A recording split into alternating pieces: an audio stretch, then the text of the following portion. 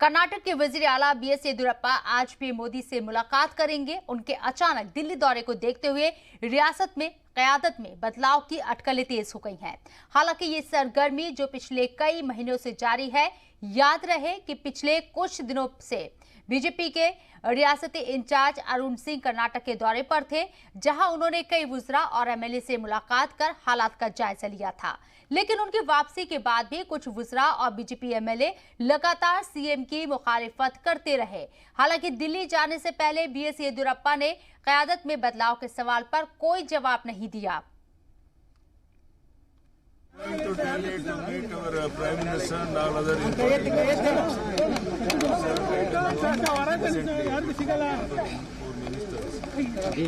Sir, is it only about the irrigation project? Sir, the change in leadership, sir. Sir, is there any leadership change issue, sir? Sir, is there any leadership issue? What official allegation is there is change of leadership in the state, sir? Sir? ये बिल्ली और इस मौजू पर बात करने के लिए हमारे नुमाइंदे बेंगलुरु से जयपाल शर्मा लाइव मौजूद है। उनका रुख करते हैं। जयपाल, क्या लगता है आपको? बीएस येदियुरप्पा दिल्ली के दौरे पर जा रहे हैं, यहाँ बात करेंगे, वो मुलाकात होगी। क्या क़यादत में लीडरशिप में किसी तरह के चेंजेस होने के इम्कान है? जी देखिए, सियासत के अंदर में जो है कोई भी चीज परमानेंट नहीं होती है। स्थितियों के हिसाब से, परिस्थितियों के हिसाब से वो बदलती रहती है।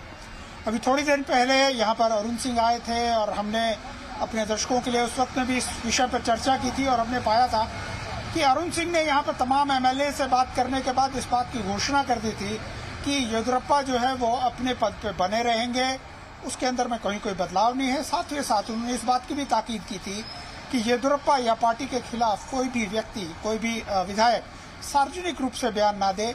अगर वो ऐसा करेगा तो उसके ऊपर में एक तरह से अनुशासनात्मक कार्रवाई की जाएगी। माफ कीजिएगा।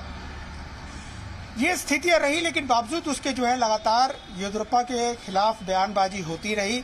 ऐसा माना जा रहा है कि येदियुरप्पा आज जब दिल्ली पहुंचे हैं, शाम 6:30 बजे आसपास उनकी मीटिंग होगी, जिसमें प्रधानमंत्री से मिलेंगे, गृह मंत्री से मिलेंगे, नड्डा साहब से मिलेंगे और इसके साथ साथ जो कर्नाटक के जो यूनियन मिनिस्टर उन तमाम लोगों से मीटिंग करेंगे। प्रत्यक्ष रूप में तो ये बताया जा रहा है कि वो यहाँ पर जो मेकेदातु प्रोजेक्ट जो वो करना चाहते हैं कावेरी के पानी को लेकर के, उसके ऊपर चर्चा करने जा रहे हैं। लेकिन अंदर की बात यह है कि येदियुरप्पा दरअसल चाहते हैं कि अब चुनाव के लिए जो है बहुत ज्यादा वक्त नहीं बचा, 1.5 से पौने 2 साल का वक्त बचा है। ऐसे में अगर एक मुख्यमंत्री के ऊपर में लगातार इस तरह के हमले होते रहेंगे, इस तरह के आरोप लगाए जाते रहेंगे, वो भी अपने विधायकों के द्वारा, तो पार्टी की छवि खराब होती है। ऐसे में ये जरूरी है कि उन सारी चीजों को शांत किया जाए। अब उसको राजनीति के अंदर में चीजों को शांत करने के लिए कई तरीके होते हैं, जिनमें एक तरीका ये भी है कि ये जो पूरा लोगों का उनका गुस्सा है बीएस येदियुरप्पा के प्रति, वो इसलिए है क्योंकि लोग, अब ये जो विधायक जो थे वो बहुत सारी चीजों को अपने लिए तलाश रहे थे, कई तरह के पद चाहते थे, कोई मंत्री बनना चाहता था। तो ऐसा माना जा रहा है कि येदियुरप्पा जो इस वक्त दिल्ली गए हैं वो अपने साथ एक फेहरिस्त भी लेकर के गए हैं, जिनमें कुछ नाम ऐसे हैं जिनको कि कोई उचित पद या मंत्री पद या किसी सरकारी जो योजनाएं होती हैं उनका पद इस तरह से दे दिया जाए तो शायद इस तरह के जो हमले बंद हो जाएंगे और जिसके चलते जो पार्टी है वो जो एक अब जो वक्त बचा है, जैसा मैंने बताया, पार्टी के अंदर जो लोग नाराज चल रहे हैं, जिनकी बगावती सुर सबके सामने जाहिर भी हो चुके हैं, उन सबको खुश कर पाना पॉसिबल होगा? जी देखिए, जो मंत्री पद होते हैं वो तो बहुत सीमित होते हैं, जैसा कि कानून के हिसाब से होते हैं, उनमें बहुत ज्यादा संभावनाएं नहीं है। हो सकता है कि कुछ जो मंत्री जो पहले से चले आ रहे हैं, जो अपने 3 साल से ज्यादा का वक्त मंत्री पद रह चुके, उनमें से कुछ का इस्तीफा लिया जा सकता है, उनके बदले दूसरे लोग वहां पर मंत्री बनाए जा सकते हैं, या कुछ ऐसी योजनाएं, सरकारी योजनाएं जिनके अध्यक्ष होते हैं उनको, ताकि वो एक तरह का निर्णय लेने की क्षमता आ जाए, उनको ये लगे कि वो किसी एक अच्छे पद पर आसीन थे जब इस सरकार के अंदर थे। इस तरह की कई तरह की संभावनाएं हैं जिनको लेकर के कहा जा रहा है कि येदियुरप्पा इन सारे विषयों पर चर्चा कर सकते हैं। साथ के साथ वो ये भी जरूर सवाल करेंगे कि जब ऐसा कहा गया था कि अगर येदियुरप्पा के खिलाफ या पार्टी के खिलाफ किसी तरह की सार्वजनिक बयानबाजी होती है तो उसके ऊपर अनुशासनात्मक कार्रवाई होगी, तो ऐसी क्या वजह है कि इस तरह की कोई कार्रवाई नहीं हुई, जिसके चलते जो विधायकों का हौसला जो बढ़ा है, यानी कि जो विरोध कर रहे थे वो अब भी लगातार विरोध कर रहे हैं। और बिल्कुल जब ये मुलाकात होगी पीएम के साथ येदियुरप्पा को लेकर कई एमएलए जिस तरह से नाराजगी जाहिर कर चुके हैं, तो क्या आपको लगता है कि येदियुरप्पा से भी इस बात का मुतालबा किया जा सकता है कि भाई आप अपनी कारकर्दगी को सुधारें, इस तरह की खबरें जो हैं वो मंजर आम ना हो?